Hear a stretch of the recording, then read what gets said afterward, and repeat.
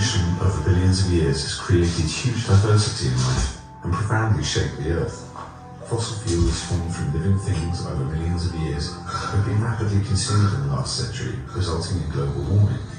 The chemical sector is heavily dependent on fossil fuels as a raw material and for energy. Bioproduction is an alternative that seeks to produce things in living organisms, generally using single-celled microorganisms like bacteria and yeast. However, achieving sufficient yields in a cost-effective way, enabling replacement of fossil fuels, is difficult. That is why we try to harness the power of evolution to optimize and innovate in the lab. But instead of requiring millions of years, we aim to accelerate the evolution. Evolution, as proposed by Darwin, involves diversification, followed by selection dependent on the environment. This occurs over multiple generations. DNA encodes the biological instructions required to produce living things, but is passed down between generations. Changes in the DNA, called mutations, result in diversity being generated and differences between individuals. Mutation of DNA generally occurs at a slow rate over many generations, and is broadly speaking untargeted. In the lab, we seek to use and develop the latest tools to enable us to generate high levels of mutation just where we need it in the DNA, in order to achieve faster evolution. Farmers can control which animals and plants reproduce over thousands of years to produce the range of crop species and animal breeds we have today. In the lab, we are developing tools to allow us to do the same for microorganisms in rapid automated ways.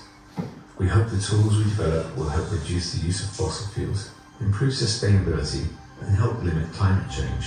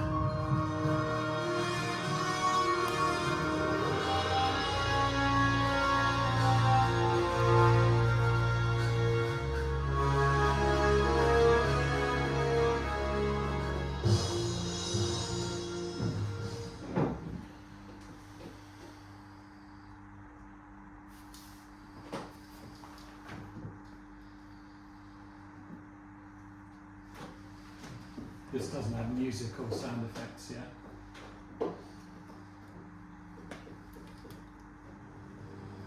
Yeah, okay. You're on there.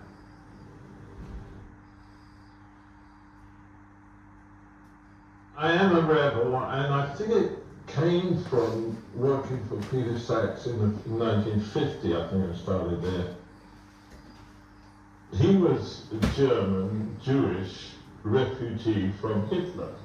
He was Bauhaus trained. The Bauhaus was in Peter Sachs.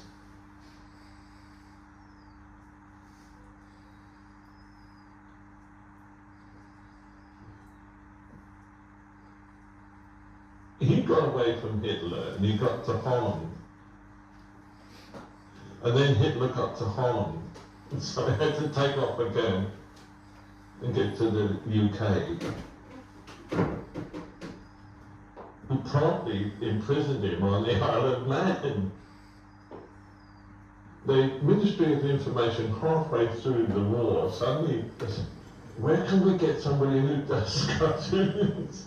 So they said, there's this man on the Isle of Man. I said, get him off the Isle of Man, you know, we've got to get him working.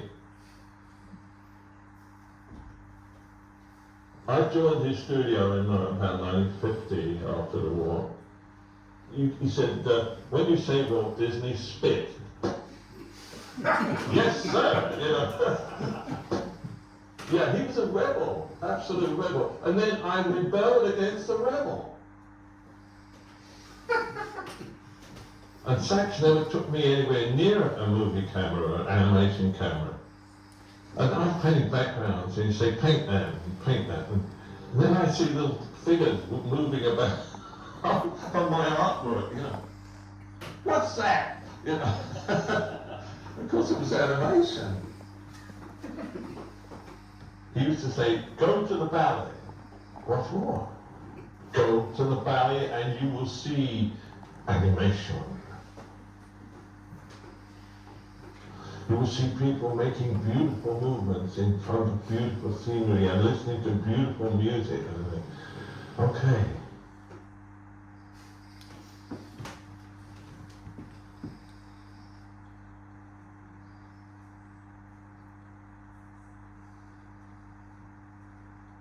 So I go, you know, and say, what's this got to do with animation?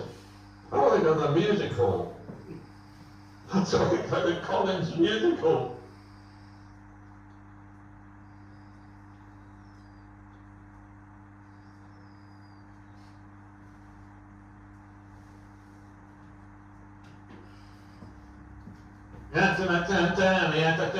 Oh, this is much better. So most of my stuff is based on musical, you know, coming out and doing something and then somebody else comes out and shoots him and all that stuff. That's all musical stuff. So I found that animation was a wonderful way of making people laugh, you know.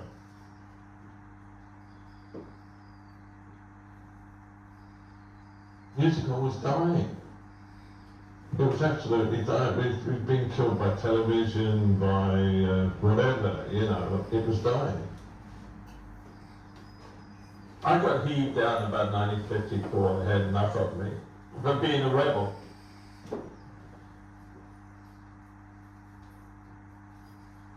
Nobody really knew anything about this new thing, commercial television.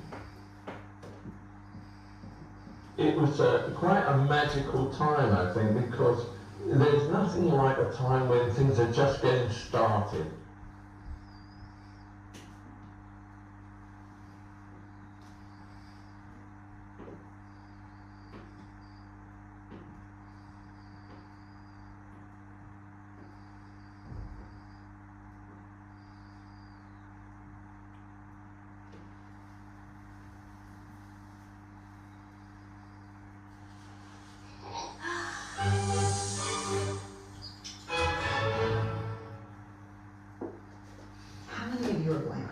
How many of you, when something goes wrong, the first thing you want to know is whose fault it is?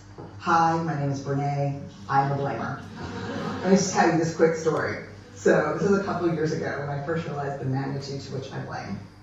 I'm in my house, I'm on white slacks and a pink sweater set, and I'm drinking a cup of coffee in my kitchen. It's a full cup of coffee.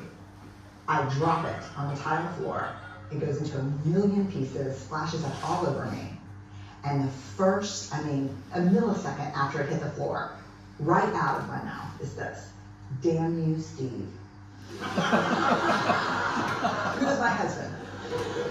Because let me tell you how fast this works for me.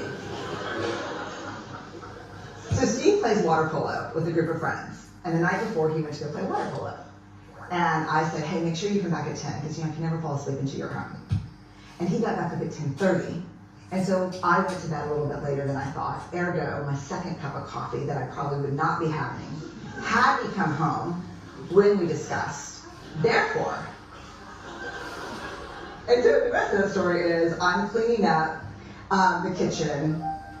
Steve calls, caller ID. I'm like, "Hey." He's like, "Hey, what's going on, babe?" What's going on? So I'll tell you exactly what's going on. I'm cleaning up the coffee that spilled all like dial tone. Because he knows. How many of you go to that place when something bad happens, the first thing you want to know is whose fault is it? I'd rather it be my fault than no one's fault. Because why? Why? Because it gives us some semblance of control. But here, if you enjoy blaming, this is where you should stick your fingers in your ear and do the na thing, because I'm getting ready to ruin it for you. Because here's what we know from the research. Blame is simply the discharging of discomfort and pain. It has an inverse relationship with accountability. Accountability, by definition, is a vulnerable process. It means me calling you and saying, "Hey, my feelings are really hurt about this," and talking. It's not blaming. Blaming is simply a way that we discharge anger. People who blame a lot seldom have the tenacity and grit to actually hold people accountable, because we expend all of our energy raging for 15 seconds and figuring out whose fault something is. And blaming is very corrosive in relationships, and it's one of the reasons we miss our opportunities for empathy. Because when something happens and we're hearing a story, we're not really listening. We're in the place where I was, making the connections as quickly as we can about whose fault something was.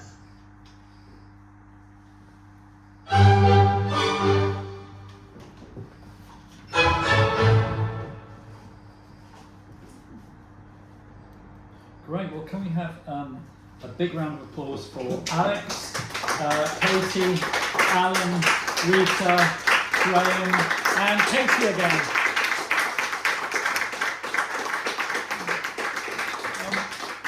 John, do you mind thumping the lights? Fantastic. Okay. Well.